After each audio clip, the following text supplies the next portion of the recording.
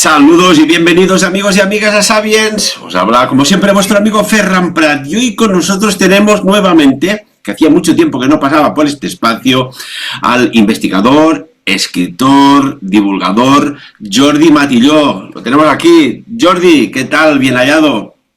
Hola, buenas tardes, Ferran. Muy bien, aquí estamos.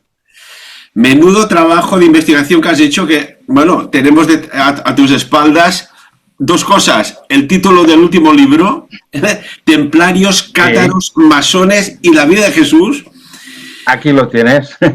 Y un la criatura. Gran y arduo, supongo, trabajo de investigación, porque es todo trabajo de campo, ¿no? Que se dice, bibliotecas... Todo él es pura investigación. De hecho, es el único libro que no es novela, Ferran.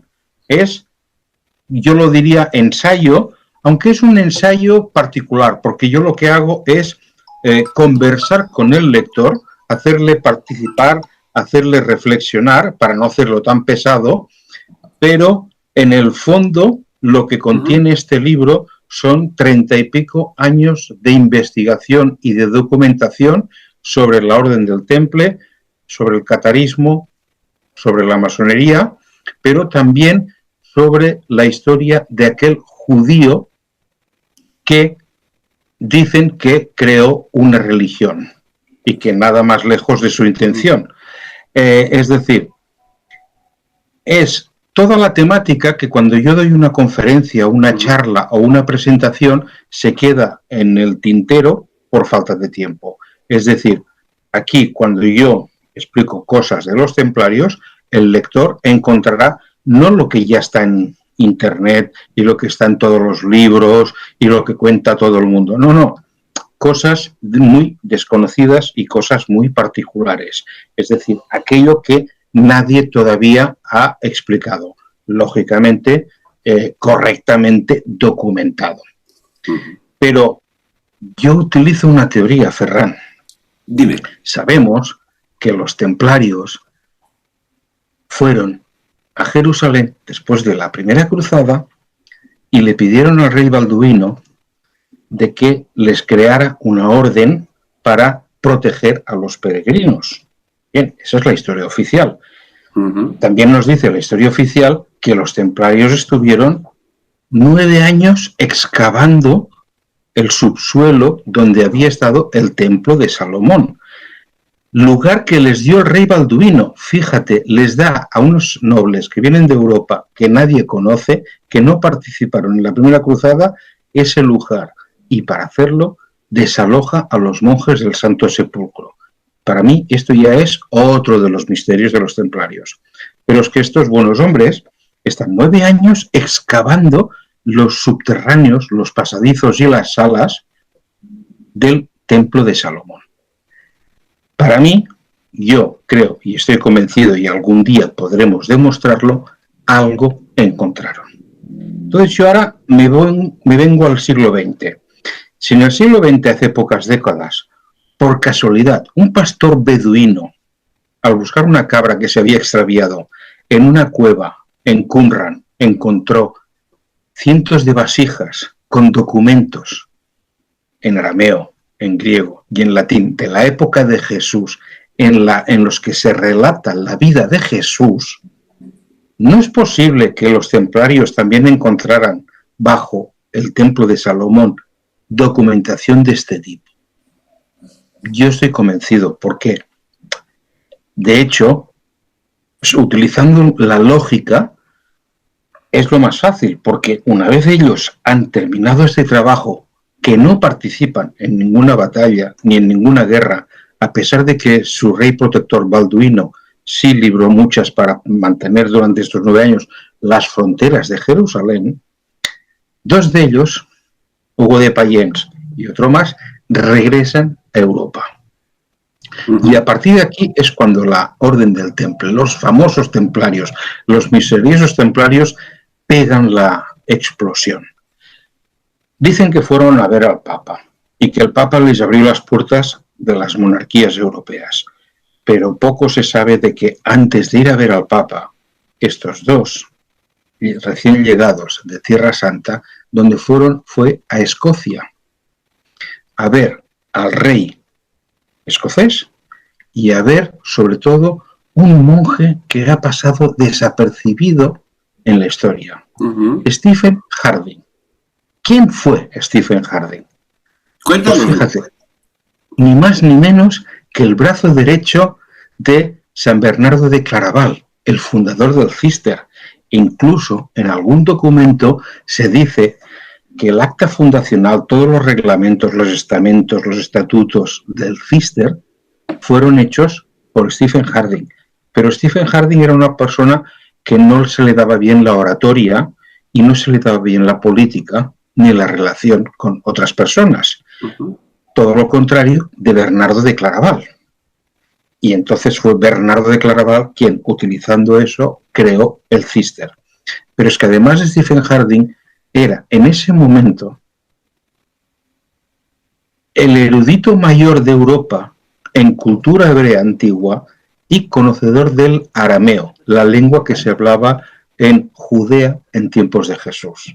Curioso, yo creo que algo debieron encontrar que llevaron a Stephen Harding para que les corroborara, y a partir de aquí sí, la Iglesia y el Santo Padre en su nombre les abre la puerta de todas las monarquías europeas, empiezan a recibir donaciones en forma de dinero, de posesiones, de castillos, aceptan nuevas afiliaciones, porque durante 9 años no aceptaron que nadie se les juntara, y fíjate tú que si tenían que ir de policías para proteger a los peregrinos en los caminos de Tierra Santa y de la costa a Jerusalén, 9 era una cifra muy pequeña para tantos cientos de kilómetros. Pues yo creo que ellos realmente algo encontraron. Y yo cuando escribo o creo mis novelas en las que hago mucha documentación histórica, pero también algo de ficción, y hablo del tesoro y el legado de los templarios, no me refiero a copas de oro, monedas y joyas, me refiero a toda esta documentación que podría haber cambiado el curso de la historia. Qué interesante, impresionante. Y además, o sea, ¿qué te ha llevado a esta investigación con este cruce, ¿no? de bueno, pues los enigmáticos templarios, los misteriosos cátaros, los masones? O sea, permíteme la pregunta, ¿qué pintan los masones aquí y la vida de Jesús? Sí, ¿sabes qué pasa? Encontrando datos, ¿no? Sí, cuando tiras del hilo y te van saliendo cosas, al final una cosa termina enlazando con otra. De hecho, cuando trabajas en investigación y en documentación para preparar un libro, uno de los problemas que tienes es que buscando una información encuentras 20. Leyendo estas 20 se te aparecen 40. Al final no queda más remedio que decir, bueno, no lo puedo poner todo en el libro porque me saldría una enciclopedia. Tengo que filtrar y clasificar. Pero claro, eso va quedando, crea un pozo. Entonces, un poquito este es el tema. Claro, fíjate tú cómo relaciono Jesús con los templarios. Pues una de las personas que yo he estudiado y cuyos ensayos, porque es historiador, medievalista, experto en cultura hebrea, licenciado en teología, Hugh J. Schonfield, una persona británica, un historiador británico. Este fue uno de los traductores y estudiosos de los documentos que aparecieron hace pocas décadas en el Mar Muerto. Pero es que, curiosamente, este señor, que no sabía nada de templarios, ni se había sentido atraído por los templarios, desveló uno de los misterios. Resulta, y la anécdota es, que estando él de vacaciones, cayó en sus manos un libro sobre templarios y lo leyó. Y dio con la famosa palabra Baphomet, el misterioso Baphomet, que tantos y tantos han escrito sobre él, que si era Mahomet, el diminutivo de Mahoma, que si era una cabeza barbuda, cortada, que podría ser la de San Juan Evangelista, que les hablaba en reuniones secretas, que era el macho cabrío, la estrella de 5 puntas invertida, un signo demoníaco. Pues resulta que, como dice la teoría de la navaja de Ockham, siempre la explicación más sencilla acostumbra a ser la correcta. Sí.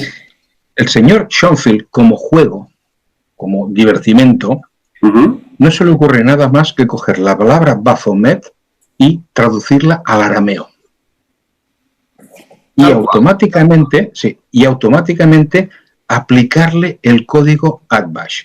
El código Atbash era un código para cifrar mensajes que utilizaban las facciones judías en tiempos de Jesús para que las tropas romanas no interceptaran sus mensajes. Decíamos, en el entorno, en ese momento, en tiempos de Jesús, Judea está dominada y es bajo yugo de los romanos, aunque permitan un gobierno, un rey puesto por ellos y un sumo sacerdote y un sanedrín impuesto por ellos.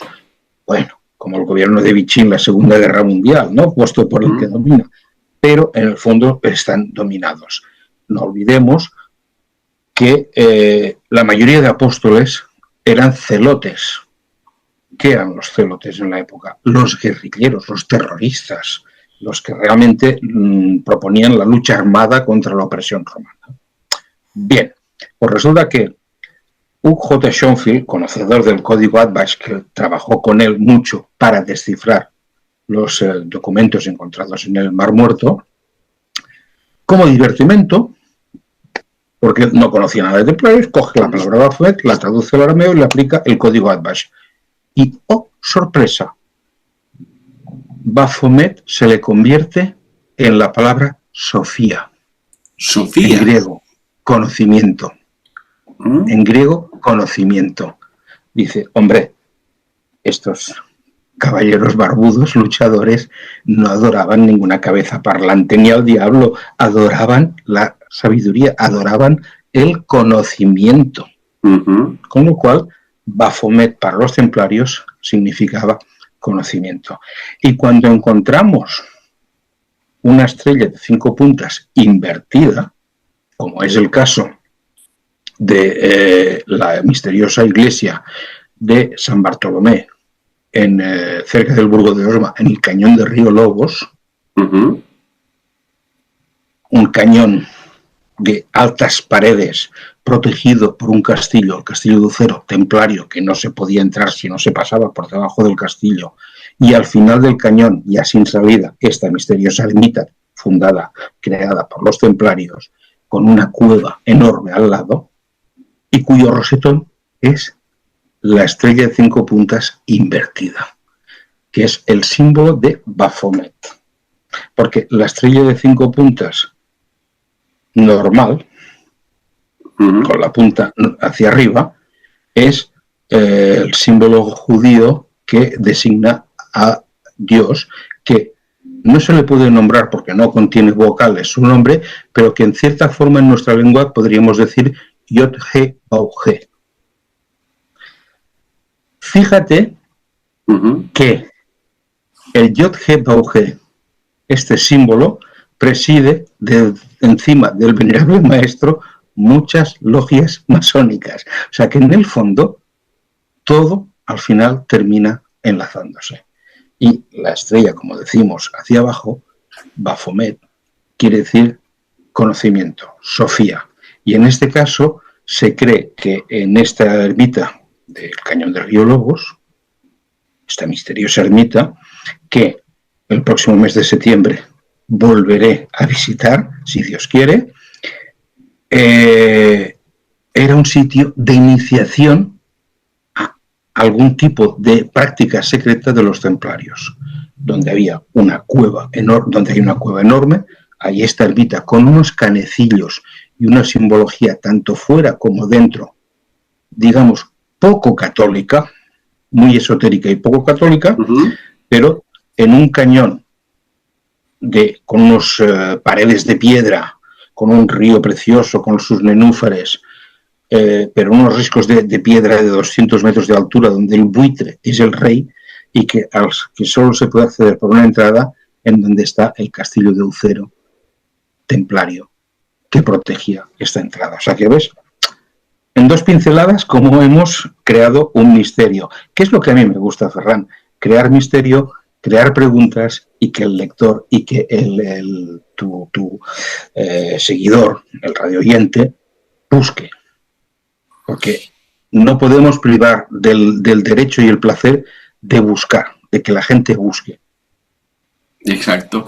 Y en tu proceso de investigación, claro, has debido acudir a personas de gran reconocimiento, a fuentes primarias, fuentes secundarias.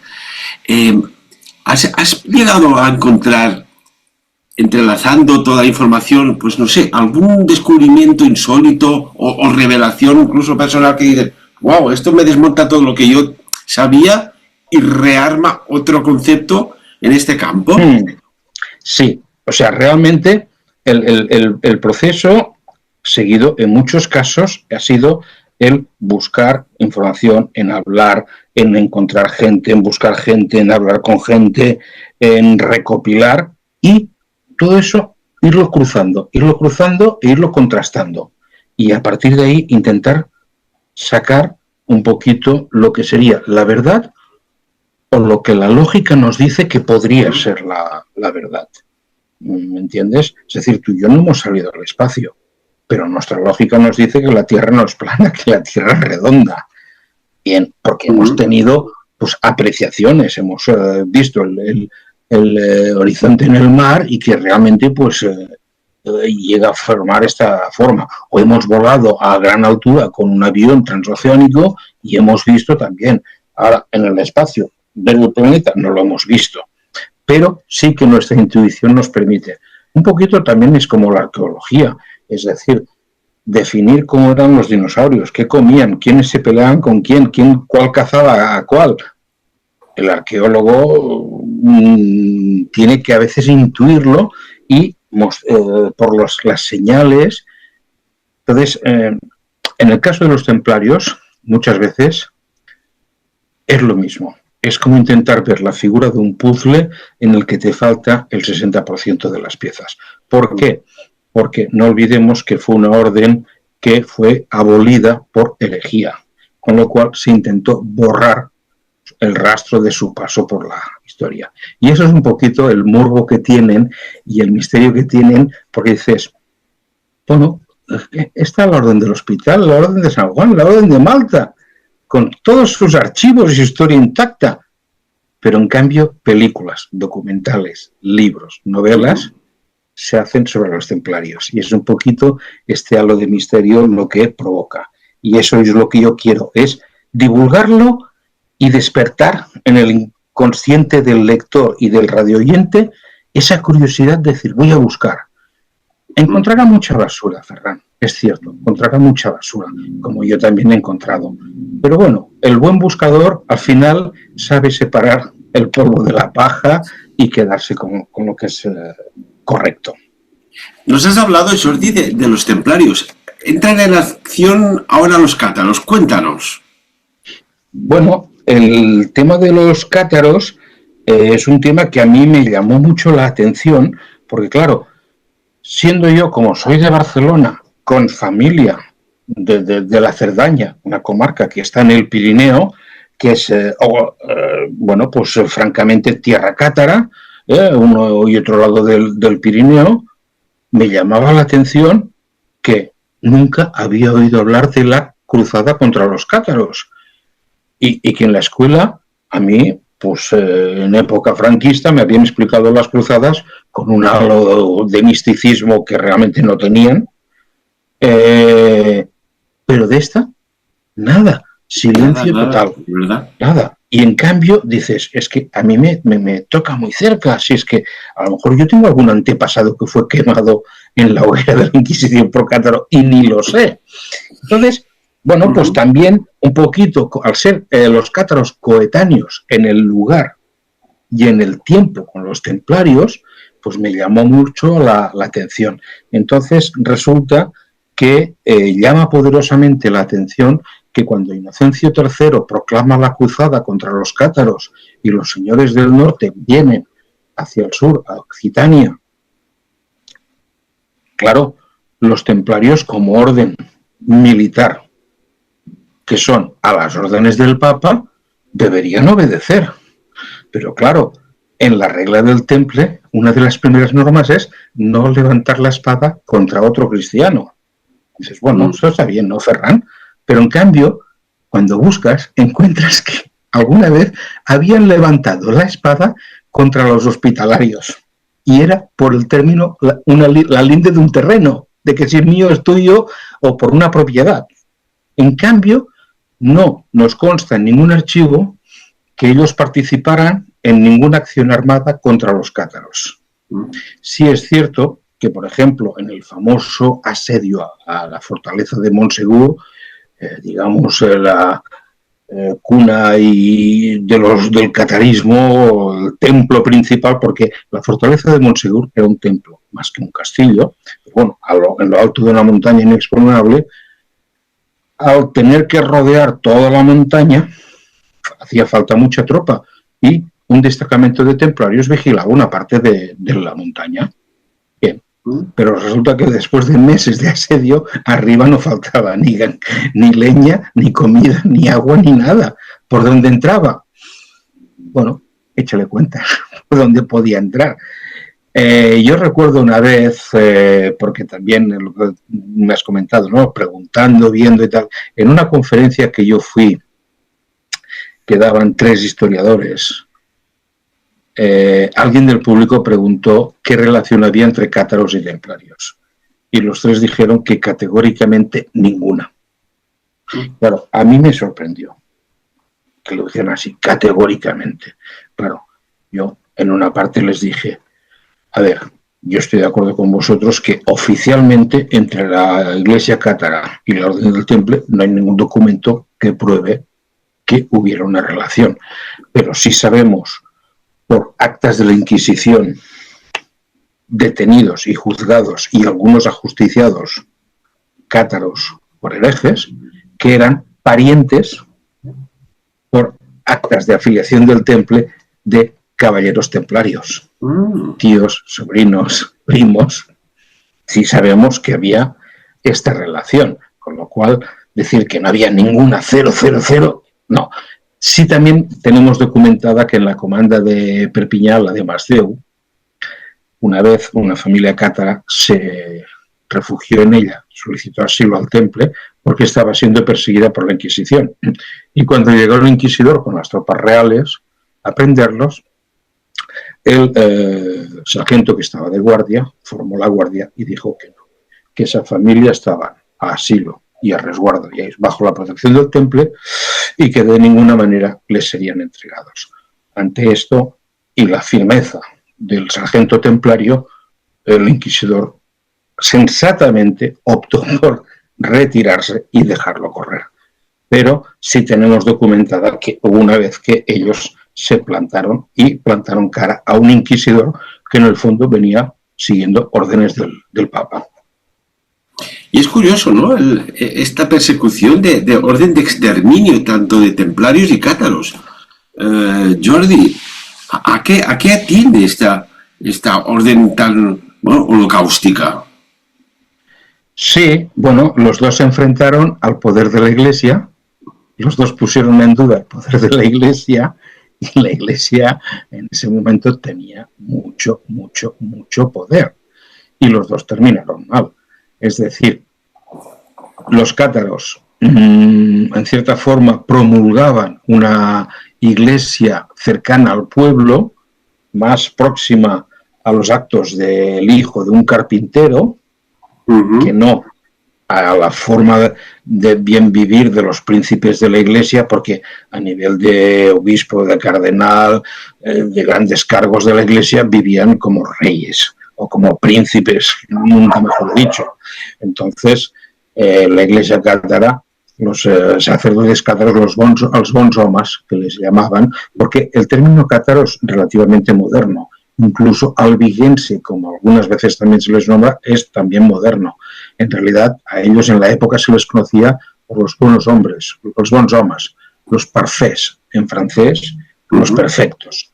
Y eran gente humilde que no aceptaban limosna, que si se les daba algo de comida o de alojamiento lo pagaban con trabajo porque eran buenos artesanos. Claro, el pueblo, comparando esto con la forma que tenían de vivir los miembros de la Iglesia cristiana o católica, que vivían en pecado, porque muchos párrocos de pueblo tenían relaciones con mujeres, practicaban la gula, pues lógicamente la Iglesia cátara en Occitania creció. Tanto es así, ya no en el pueblo, sino que entre la nobleza se les protegía. Claro, eso representaba un peligro terrible. Entonces, Inocencio III pidió, entre otras cosas, que Santo Domingo de Guzmán fuera a predicar y que reconvirtiera al catolicismo a todos los cátaros que habían cambiado el camino de la fe. De nada le sirvió a Domingo de Guzmán, que precisamente es del Burgo de Osma, donde estaré en septiembre, donde el Burgo de Osma, recuerda esto, Ferran, cuando puedas ves. ¿Exactamente dónde está ubicado? Sí, es en la provincia de Soria. Una vez pasas Soria y vas dirección Burgos, está el pequeño pueblo de Burgo de Osma. Es muy pequeño, pero tiene un pedazo de catedral que dices, ¿qué hace esta catedral aquí que muchas ciudades no tienen? Pero es que lo curioso de esa, y además estás cerquita, muy cerquita del cañón de Río Lobos. Pero es que esa catedral, en el deambulatorio, detrás del altar, hay una capilla que se le llama la capilla del venerable Palafox. Claro, venerable. Venerable. Que es como los masones decimos a la persona que preside nuestro curso masónico. Una capilla en la que hay 2 columnas en la entrada denominadas Jaquín y Boaz. Una capilla que cuando entras el suelo es ajedrezado, baldosas blancas y negras. Y encima del altar está el triángulo con el ojo que todo lo ve y los rayos. Es decir, ¿De qué época data esta capilla? Esta capilla, si no recuerdo mal, creo que es del siglo XVII, creo. Sí, tiene años, no es nada reciente esto. No es moderna, no. De hecho, Burgo de Osma es un pueblo medieval, precioso, amurallado, con portalones, pero llama mucho la atención. Entonces ya te digo,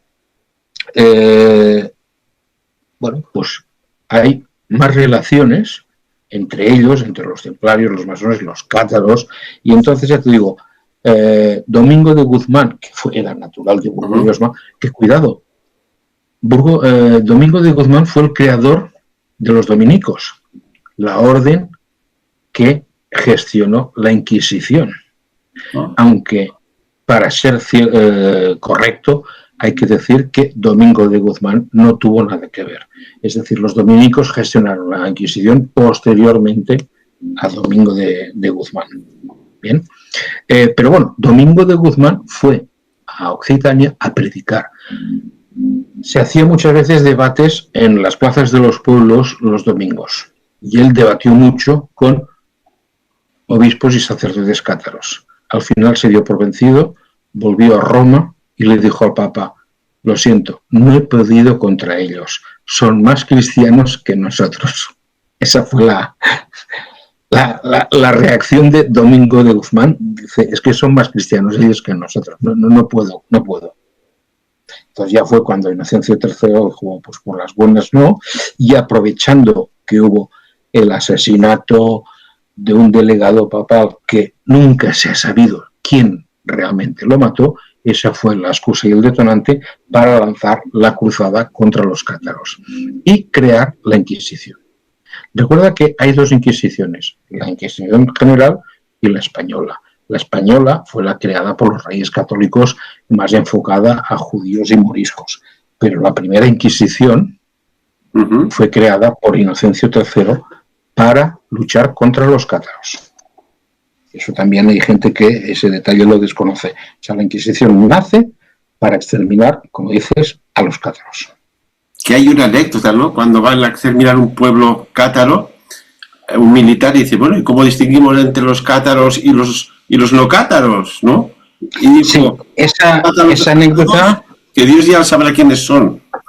Muy bien, Ferran. Es así, ¿no? Esa anécdota pasó justamente en Béziers, en un pueblo del sur de Francia, en Occitania. Claro, llega la cruzada. Hay que decir que aquí los cátaros, los occitanos, pecaron de ser demasiado buenos, porque ellos confiaban en que cuando llegaran los cruzados, enviados por el Papa, con el diálogo podrían mantener un hilo y llegar a un entendimiento y a la paz, que no habría guerra. Pero los cruzados venían con ganas de brega, venían a por ellos y nada les frenaba, porque entre otras cosas una cruzada o una batalla o estas conquistas implicaban que el ejército que ganara rampiñaba, robaba todo lo que podía y más. De hecho, ellos llegaron a Béziers, que fue la primera población, sometieron a asedio la ciudad y allí pues los residentes de la ciudad intentaron dialogar. La respuesta de Amaury, el delegado papal, fue, bueno, vale, vamos a respetar la población y a la gente si nos entregáis 200 cátaros para que los quememos en la hoguera. Pero claro, estamos hablando de personas que eran vecinos y familiares del resto de la población. Y la población de Béziers se negó. Dijo, bueno, pues entonces habrá guerra y habrá asalto. Y eso que has nombrado ha pasado a la historia como que hubo nobles que le dijeron a Amalric, el delegado papal, dice, a ver, cuando nosotros vamos a una cruzada a Tierra Santa, por la forma de vestir y la fisonomía, sabemos quién es el enemigo. Pero claro, aquí, si es que visten y son como nosotros, dice, ¿cómo lo sabremos? Y entonces fue cuando él dijo, matarlos a todos, que Dios iba a conocer a los suyos. Y así pasó, porque cuando los cruzados entraron en Béziers, muchos cátaros se refugiaron en una de las iglesias, una de las principales iglesias, y sacerdotes católicos formaron un cordón para protegerlos. Vinieron los cruzados, mataron a los sacerdotes y a los frailes cristianos y luego le pegaron fuego a la iglesia con todos los cátaros dentro. ¿Qué tiempos? Nos queda un minuto de entrevista. Jordi, un flash. La vida de Jesús aquí, ¿qué conexión tiene? Que nos ha volado el tiempo. Sí, no. Yo, a ver, tampoco quiero hacer spoilers porque... Claro, es que si no hay que leer el libro, claro. ¿No? Pero lo que sí que puedo decir es, primero, no quiero ser irreverente e irrespetuoso, yo respeto la fe y las creencias de todo el mundo. Eso vaya por delante, porque además sin fe, sin creencias y sin ética, seríamos salvajes. Ahora bien, lo que sí ya sabemos y podemos demostrar documentalmente es que Jesús nunca quiso crear una religión. Fueron otros los que 200 años después de su muerte crearon el cristianismo. Y a partir de ahí, esta religión se ha ido perpetuando y, sobre todo, en la figura de los papas, perpetuando la sucesión con Jesús. Hoy en día sabemos muchas cosas de Jesús, porque hay dos Jesús, el apostólico, el de la iglesia, el de los milagros, y el histórico, el que realmente existió, pero que era un judío, que él lo que quiso era ser rey de los judíos y liberarlos del yugo romano, la cuarta maldición, como decían los profetas judíos. Y él lo que hizo fue seguir las profecías de los judíos como si fuera el guión de una película, desde su nacimiento, su bautismo y su muerte. Y no quiero desvelar detalles, porque él estaba previsto que no muriera. Había un plan, se seguía un plan, que yo desvelo en el libro. pero algo falló. Interesante. Y finalmente, Entonces, ahora que murió. 100% desde Saben recomendar esta lectura. Y además, Jordi, este año tengo cerrado los ponentes del Congreso Sapiens, pero me gustaría que ampliaras todos tus conocimientos de este libro en un próximo evento o también, como no, en una próxima entrevista, porque nos quedamos con ganas de más, de mucho más. Como siempre, Jordi. Ferran, estoy a tu entera disposición. Me tienes para lo que quieras, cuando quieras y sin problema. Y si quieres que yo venga y presente una ponencia y la ilustre con dibujos y documentos, por mí no hay un problema. Pues y si quieres otra entrevista, solo tienes que decírmelo. Porque ya te digo, yo creo que lo mejor que nosotros dos hacemos es divulgar, dar a conocer estas cosas que no se pierdan. Y como siempre, después de divulgar, que cada uno saque sus propias conclusiones. Exactamente, sí. Jordi Matiro. Nunca imponer, Ferran. Siempre, a mí lo que me gusta es despertar la curiosidad.